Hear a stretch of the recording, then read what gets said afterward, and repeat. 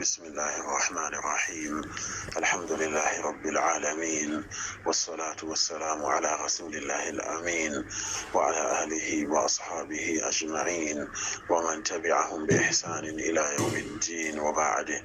السلام عليكم ورحمة الله وبركاته. يومنا غنر الحمس شاهدوا قوة ذو الحجة لهجرانا لشكرا دبودي داري حدود 45 وندي ديدا 20 قوة جون ميلادية شكرا تدبوبي 24.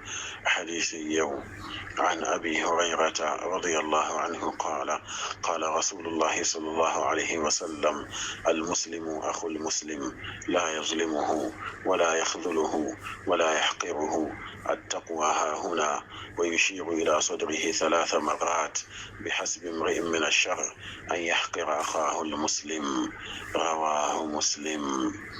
حديث يوعك وشلقها ببن صحابي أبو هريرة عبد الرحمن بن صخر الدوسي يرضى الله يتبتها أغريشي دشي دسوران صحابة منزع الله صلى الله عليه وسلم قباكي دايا وانا ببن صحابي أبو هريرة شيني رويتويتي منزع الله سيرادة أمين شاء الله سكارة تبتها أغريشي أتي: المسلم أخو المسلم لا يظلمه ولا يخذله ولا يحقره، التقوى ها هنا، ويشير إلى صدره 3 مرات: بحسب امرئ من الشر أن يحقر أخاه المسلم.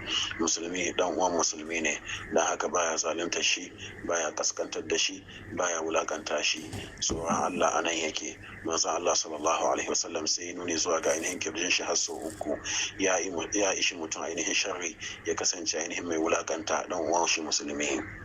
ma'anar hadisin kenan ta kai ce Allah subhanahu wa ta'ala ya fahimtar da mu kenan wa cikin wannan hadisi manzo Allah sallallahu alaihi wasallam yana tabbatar mana cewa ainihin musulmi duk inda yake dan uwan musulmi ne, ma'ana babu wani bambancin yare ko kabila ko kasa, duka wannan ba su bane ba.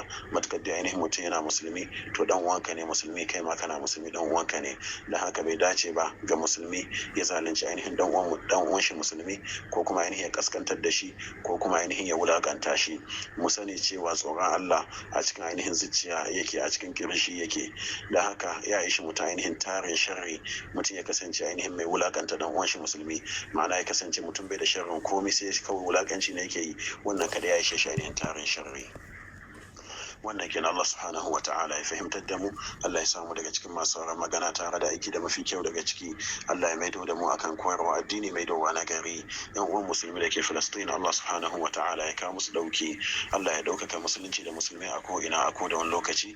Allah ya kaskantar da Yahudawa da masu goya musu baya. Allah ya maida su baya. Allah ya hallaka su. Allah ya sa hallaka su a cikin makircin su da dubarun su. Allah ya ba mu zaman lafiya da arziki mai yawa mai albarka a cikin kasar mu da sauran kasashen musulmai. Allah ya tsare mu ya kare mu game da fitintunu da tashin hankali.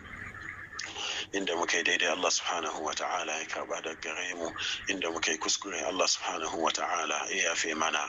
Margaya daga cikin musulmai Allah subhanahu wa ta'ala ya yafe musu, Allah ya ji kansu, Allah ya sa su huta. Mu da muka yi saura Allah subhanahu wa ta'ala ya raya mu rayuwa ta musulunci. Allah ya dauke mu na masu imani, kada Allah ya dauke mu da hakkin wani akan wuyayiwan mu.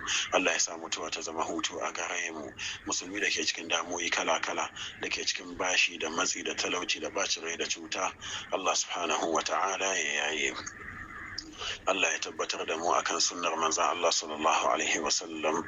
Allah ya mana tsari da kariya game da bid'a da sakin hanya. Allah subhanahu wa ta'ala nake roƙo ya biya mana dukkanin bukatunmu duniya da lahira a cikin sauki.